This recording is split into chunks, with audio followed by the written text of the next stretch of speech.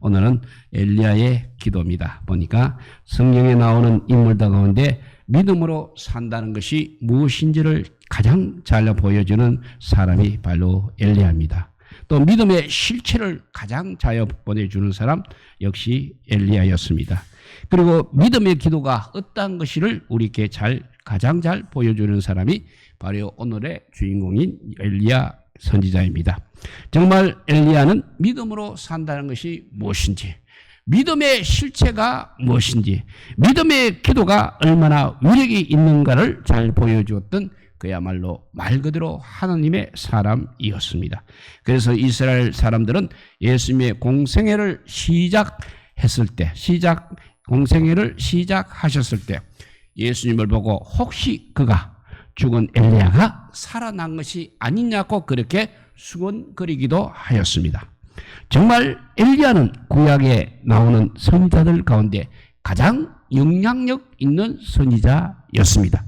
우리 역시 엘리야 하게 되면 불의 종이요 능력의 종으로 항상 기억하고 있습니다. 오늘 본문이 시작되기 전 엘리야는 갈멜산에서 바알의 선지자 450년가 그야말로 치열한 영적인 전투를 벌였습니다. 갈멜산의 이 영적 전투의 내용은 누가 하늘에서 불을 내려 그 재물을 태우는 자의 싸움이었습니다. 먼저 바알을 섬기는 선지자 450명은 송아지를 잡아 제단에 올려놓고 아침부터 저녁까지 이렇게 외쳤습니다. 바알이여 응답하소서, 바알이여 응답하소서, 바알이여 하늘에서 불을 내리소서 하며 큰 소리로 부르짖었습니다. 아무 응답이 없었습니다. 그러자 나중에는 단주위를 맴돌면서 칼과 창으로 자기들의 몸을 자해하기까지 하면서 부르짖었습니다. 하지만 아무 소리도 아무 응답도 없었습니다. 그러자 이번에는 엘리야가 단 위에 송아지를 잡아놓고 그 번제불과 나무에 물을 잔뜩 부은 다음에 기도하기 시작하였습니다. 그 말씀이 열왕기상 18장 36절에서 38절 말씀입니다. 읽어보면 아브라함과 이삭과 이스라엘의 하나님 여호와여, 주께서 이스라엘 중에서 하나님이 되심가, 내가 주의 종이 된가, 내가 주의 말씀대로 이 모든 일을 행하는 것을 오늘날 나에게 알게 하옵소서. 여호와여 나에게 응답하옵소서, 나에게 응답하옵소서. 이렇게 기도하니 이에 여호와의 불이 내려와서 번제물과 나무와 돌과 흙을 태우고 도랑의 물을 핥았더라고 하였습니다. 이 일을 보고 모든 백성이 엎드려서 여호와 그는 하나님이시로다, 여호와 그는 하나님이시로다고 그렇게 고백하게 되었습니다. 그리고 엘리야는 바알 선지자들을 한 사람도 도망가지 못하게 하고 그들을 붙잡아 기론 시냇가로 데려가 그들을 거기서 다 죽였습니다. 얼마나 통쾌한 승리입니까? 갈멜산에서 이 영적 전쟁이야말로 단순히 이기고 지는 그런 전쟁의 차원이 아니었습니다. 이기면 살고 죽으면 지면 죽는 정도의 싸움이 아니었습니다. 엘리야와 바알 선지자과의 싸움은 지난 3년 6개월 동안의 가뭄의 재앙이 과연 누구로부터 인하여 어떤 신이 내린 재앙인가를 판가름하는 그런 싸움이었던 것입니다. 다시 말하면 엘리야를 비롯하여 여호와를 믿는 자들이 바알의 씨를 진노하게 함으로 바알이 내린 재앙이냐, 아니면 바알의 숭배에 빠진 아합과 이스라엘 백성들이 여호와를 진노하게 함으로 여호와 하나님께서 내리시는 재앙이냐 하는 그런 싸움이었습니다. 그러니까 이 싸움은 여호와가 참신이냐 바알이 참신냐를 결정하는 중요한 영적 전쟁이었습니다. 이렇게 중요한 싸움에서 멋진 승리를 거두었던 것입니다. 그리고 바알 선지자들을 모두 잡아 죽이는 통쾌한 승리를 거두었습니다. 엘리야는 이 승리를 통해서 하나님만이 유일하신 참 하나님이심을 만방에 드러내었던 것입니다. 그는 그런데 오늘 본문을 보게 되면 아직 승리의 간격과 승리의 여운이 사라지지 않은 상황에서 엘리야는 또다시 기도의 응답에 도전을 하고 있습니다. 엘리야는 말 그대로 도전의 사람입니다. 바알에게 도전합니다. 또 아합과 이스라엘에게 도전했습니다. 그 엘리야는 이제 기도의 응답까지 도전하고 있는 것입니다. 지금의 상황이 승리의 간격에 도취하여 축하연을 베풀고 자만에 빠질 수도 있는 상황이었습니다만 엘리야는 이제 기도 응답에 도전하게 되는 것입니다. 그래서 다시 갈멜산을 향하여 올라갑니다. 오늘 42절을 보면 엘리야가 기도의 응답에 도전하기 위하여 갈멜산 꼭대기를 향하여 올라가고 있습니다. 그런데 엘리야만이 아니라 아합 왕도 올라가고 있는 것을 볼 수 있습니다. 엘리야는 기도하기 위하여 올라갔습니다만 아합 왕은 그냥 먹고 마시기 위하여 올라가고 있습니다.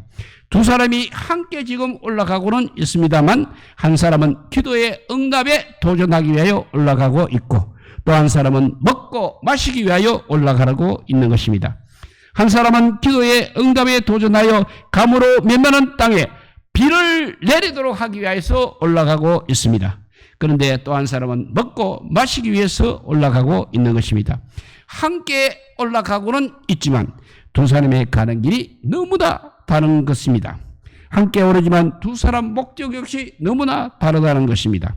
올라가는 두 사람의 모습을 뒤에서 한번 바라보십시오. 어떤 사람의 모습이 더 아름답게 보이십니까? 아니, 하나님께서 복을 주신다면 과연 어떤 사람에게 복을 주시겠습니까? 민족의 아픔을 자신의 아픔으로 알고 기도를 통하여서 하나님의 보좌를 움직이려고 도전하는 사람 아니겠습니까?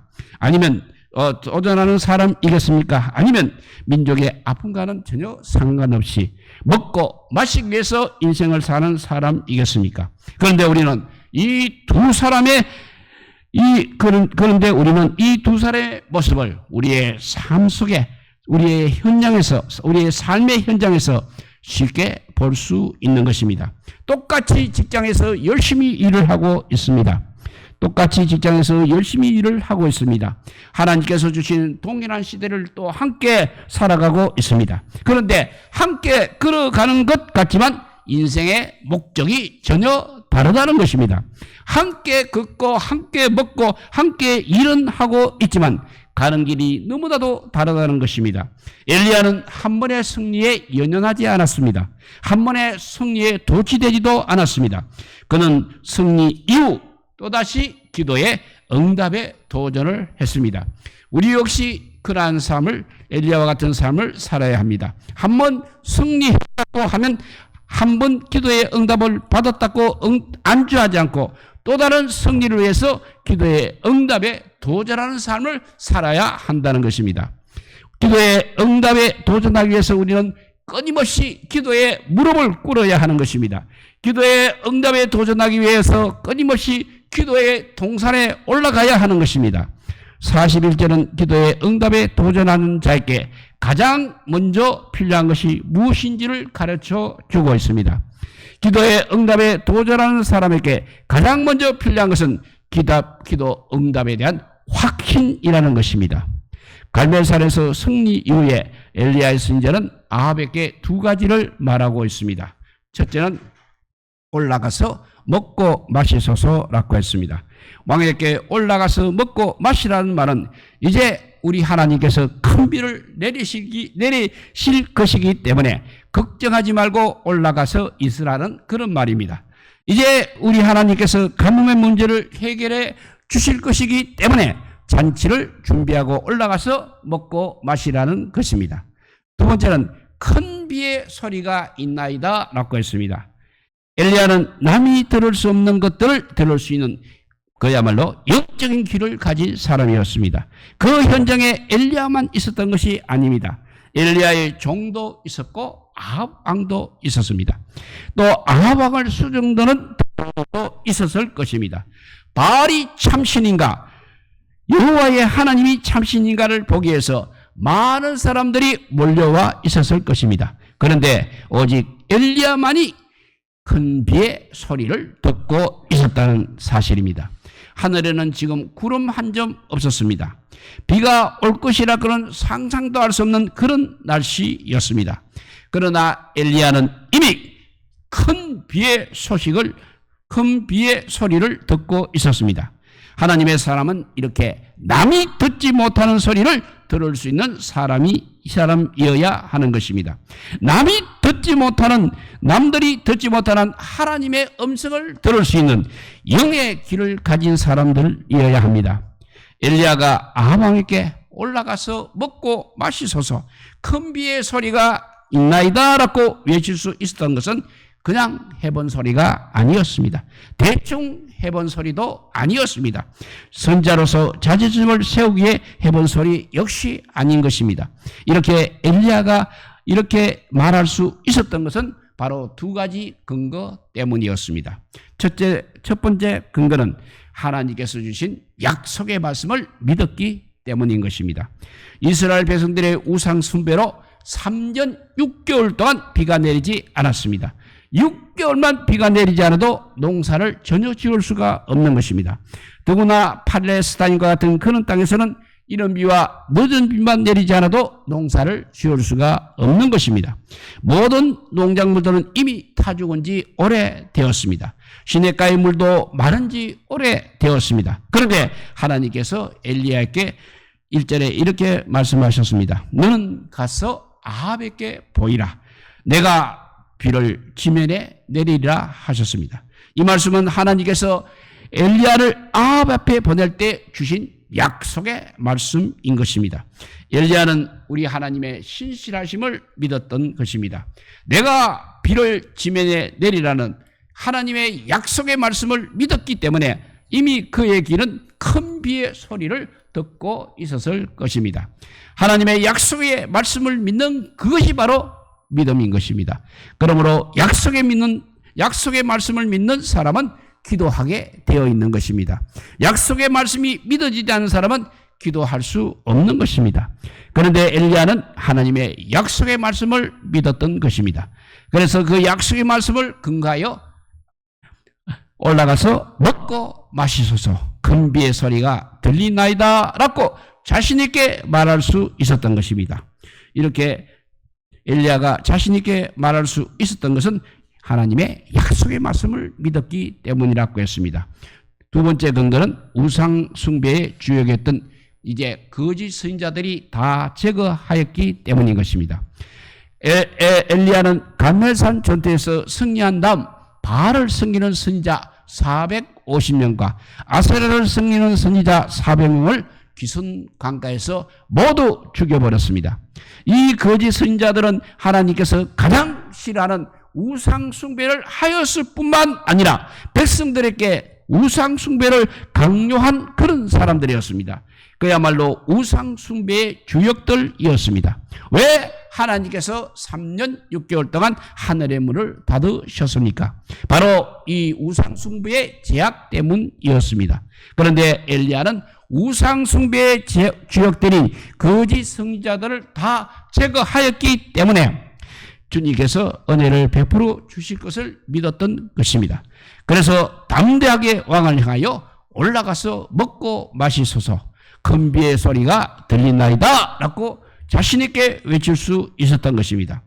엘리야가 아합 왕에게 올라가서 먹고 마시소서 큰 비의 소리가 있나이다 이렇게 말할 수 있었던 것은 기도 응답의 확신 없이는 불가능한 말인 것입니다.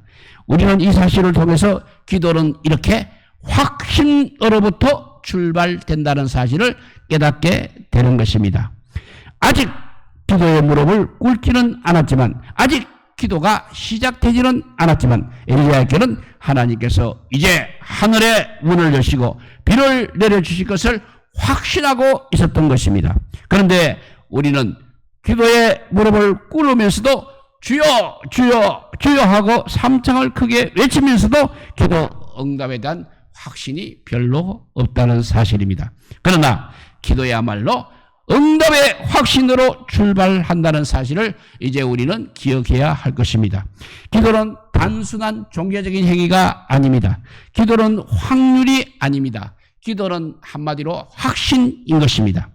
마가복음 11장 24절 말씀입니다. 그러므로 내가 너희에게 말하노니 무엇이든지 기도하고 구하는 것은 받은 줄로 믿어라. 그리하면 너희에게 그대로 되리라 하셨습니다. 기도에서 가장 중요한 것은 기도에 대한 열정보다 기도의 응답에 대한 확신인 것입니다. 기도의 시간보다 더 중요한 것이 기도 응답에 대한 확신인 것입니다. 그러므로 기도를 시작하기 전에 응답의 확신부터 먼저 구하시기 바랍니다. 기도는 이렇게 확신으로부터 출발이 되어야 하는 것입니다. 엘리야가 아합왕에게 올라가서 먹고 마시소라고 했습니다. 아합왕이 엘리야가 말한 대로 순종을 했습니까? 하지 않았습니까? 아합왕이 엘리야의 말에는 순종은 하였습니다만 조금 더 생각해보면 아합왕이 엘리야의 말에 순종한다는 것은 그렇게 쉬운 일은 아니었습니다. 아무리 먹고 마시는 문제였지만 그야말로 쉽지 않은 일이었습니다. 엘리야의 영적인 권위에 압도되어서 그 말에 아합왕은 순종을 하지 않을 수가 없었다는 것입니다. 하나님의 사람인 우리에게도 이런 영적인 권위가 필요한 것입니다. 아버지로서의 영적 권위가 필요한 것입니다. 어머니로서의 영적 권위가 필요한 것입니다. 스승으로서의 영적 권위 역시 필요한 것입니다. 목회자로서의 영적 권위 역시 필요한 것입니다. 목회를 하면서 많이 느끼는 것이 있다면 그것은 바로 영적인 권위일 것입니다. 그러면 어떻게 영적인 권위를 우리가 가질 수 있는 것입니까? 영적인 권위는 기도 응답의 결과로 주어진다는 것입니다. 영적인 권위는 바로 승리의 결과로 주어지는 것입니다. 하나님 엘리야가 갈멜산에서 기도할 때 하나님께서 하늘에서 불을 내려 하나님 되심만이 아니라 엘리야가 바로 하나님의 손에 붙들린 바 쓰임받은 귀한 하나님의 종된 사실을 나타내 보여주셨던 것입니다. 엘리야가 기도할 때 하늘에서 불이 내려왔습니다. 아무리 원수지간이지만 그 말에 순종하지 않을 수 있었겠습니까? 하늘에서 불을 내려서 물에 흠뻑 젖어 있는 송아지를 태웠습니다. 그런데 만일 순종하지 않는 자기를 태워버리면 어떻게 되는 것입니까? 그래서 엘리야의 그 영적 권위에 순종을 할 수밖에 없었던 것입니다. 영적 권위를 갖기를 원하십니까? 먼저 기도의 무릎을 꿇으십시오. 기도 응답을 통해서 하나님께서 나와 함께 하심을 보여주십시오. 그러면 우리들의 자녀가 그 권위에 반드시 복종할 것입니다. 누구도 우리를 함부로 대하지 못할 것입니다. 그리 기도하기 위하여 갈멜산 꼭대기에 올라갔던 엘리야는 기도하기 시작합니다. 그런데 어떤 모습으로 기도를 하고 있습니까? 땅에 꿇어 엎드려 그 얼굴을 무릎 사이에 넣고 기도한다는 것은 쉬운 일이 아닌 것입니다. 이 기도의 모습은 어느 한순간에 이루어질 수 없는 자세인 것입니다. 이것을 보면 우리는 엘리야가 평상시 어떤 모습으로 기도의 생활을 하여 왔는지를 알 수 있는 것입니다. 아무튼 엘리야는 이런 모습으로 기도를 하고 있었습니다. 그런데 이 기도의 자세는 두 가지 의미를 담고 있는 것입니다. 첫째는 그 모습은 겸비한 모습입니다. 얼마 전에 엘리야는 하늘에서 불을 내리는 이적을 통해서 영적 전쟁에서 승리하고 바알과 아세라 선지자들을 잡아 죽였습니다. 엄청난 이적 앞에서 아합 왕마저도 엘리야의 말에 순순히 복종을 하고 있었습니다. 그러므로 보통 사람 같았으면 우쭐한 마음을 가지고 의기양양한 자세로 하나님 앞에 나아갈 수 있을 것입니다. 그러나 엘리야는 그렇게 하지 않았다는 것입니다. 아니 오히려 더 자신을 낮추며 하나님 앞에 엎드렸다는 것입니다. 오늘 우리는 조그마한 기도가 오늘 우리는 조그마한 기도가 응답이 되어도 자신도 모르게 교만해지는 것입니다. 남을 무시하게 되는 것입니다. 우리는 작은 성공에도 얼마나 교만한지 모릅니다. 그러나 엘리야 선지자는 그렇지 않았다는 것입니다. 땅에 꿇어 엎드려 자신의 얼굴을 그 무릎 사이에 넣고 겸손히 하나님의 은총을 구하였던 것입니다. 기도라는 것은 하나님 앞에서 낮아짐의 표현인 것입니다. 그러므로 겸손한 자가 기도하는 것입니다. 교만한 자는 기도하지 않습니다.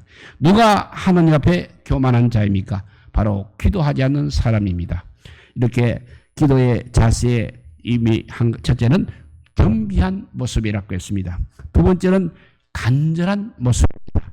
엘리야는 간절히, 그야말로 간절히 기도하였습니다. 야고보서 5장 17절 말씀입니다. 엘리야는 우리와 성령이 같은 사람이로되 저가 비 오지 않기를 간절히 기도한 적 3년 6개월 동안 땅에 비가 아니 오고 다시 기도한 적 하늘이 비를 주고 땅이 열매를 맺었느니라 했습니다. 엘리야는 간절히 기도하였습니다. 기도는 이렇게 간절해야 하는 것입니다. 우리 예수님께서 겟세마네 동산에서 기도하실 때 흘리는 땀방울이 핏방울이 되도록 간절하게 기도하셨습니다. 기도는 이렇게 간절해야 하는 것입니다.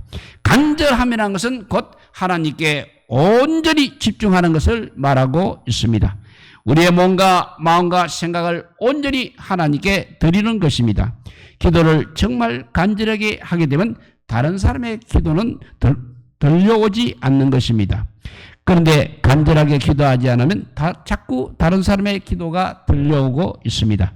왜 엘리야가 그렇게 간절히 기도를 하였습니까? 자기 목숨이 두려워서가 아니고 오직 주밖에 없었기 때문입니다. 죽산 조봉한 스님 묘서에 이런 말씀이 기록되어 있다고 합니다. 우리가 독립운동을 돈이 준비되어서 했느냐?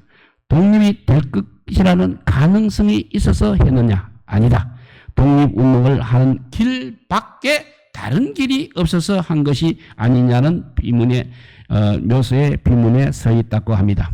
맞는 말입니다. 왜 엘리야가 그렇게 간절하게 기도한지 아십니까? 3년 6개월 동안 메마른 땅에 비를 내릴 수 있는 분은 오직 우리 주님밖에 없었기 때문인 것입니다. 우리의 믿음이 자라고 우리 주님과 깊은 교제에 들어가면 들어갈수록 깨달아지는 것이 하나 있습니다. 그것은 오직 주님밖에 없다는 그 사실입니다. 주님 외에는 다른 길이 없다는 것입니다. 관계의 아픔을 경험할 때마다, 사람들로부터 많은 상처를 받을 때마다, 자녀에게 힘듦을 경험할 때마다 우리의 마음속에 흘러나오는 고백이 무엇입니까? 주님밖에 없습니다 하는 고백입니다. 방황하는 젊은이들을 바라보면서 이 땅의 부흥을 갈망하면서도 주님이 우리 교회에 주신 꿈과 비전을 품으면서도 우리가 고백할 수밖에 없는 말, 그것은 바로 주님밖에 없습니다라는 고백이 되겠습니다. 오늘 왜 우리의 기도에 간절함이 없는 것입니까? 주님 외에 더 많은 대안이 우리 가운데 가지고 있기 때문입니다. 오늘도 내 마음을 만지시는 분도, 오늘 나를 치료하시는 분도, 오늘 나의 갈급함을 채우시는 분도, 오늘 나의 기도에 응답하시는 분도 주님밖에 없는 것을 늘 기억하시고 겸손한 마음으로, 겸손한 모습으로, 간절한 모습으로 기도하여서 응답받는 우리 모두가 되시기를, 기도에 응답받는 우리 모두가 되시기를 우리 주님의 이름으로 축복드립니다. 기도하겠습니다. 사랑의 하나님, 감사합니다. 모두들 세상에 여러 가지 대안이 많을 가지고 있어서 하나님이 그렇게 간절하지 못한 거 용서하여 주시옵소서. 이제 결론은 주님밖에 없다는 결론을 내렸습니다. 그러니 우리가 주님 앞에 어찌 겸손하지 않을 수 있겠습니까? 또 어찌 우리가 아버지 간절하게 기도하지 않을 수가 있겠습니까? 이 두 가지 기도의 모습으로 오늘도 우리 성도들 기도하여서 정말 아버지 주님께서 응답하는 확신을 가지고 기도함으로써 반드시 응답받고 돌아가는 저희들 기도하게 하여 주시고, 기도할 때마다 주의 음성이 귀에 들리게 하여 주시고, 기도할 때마다 주님밖에 없습니다 라고 고백할 수 있는 우리 모두가 되게 하여 주시기를 간절히 빌고, 어려울 때 이 모든 말씀 아무 공도 없으나 우리 구주 예수 그리스도 이름으로 기도드리옵나이다. 아멘. 우리 찬송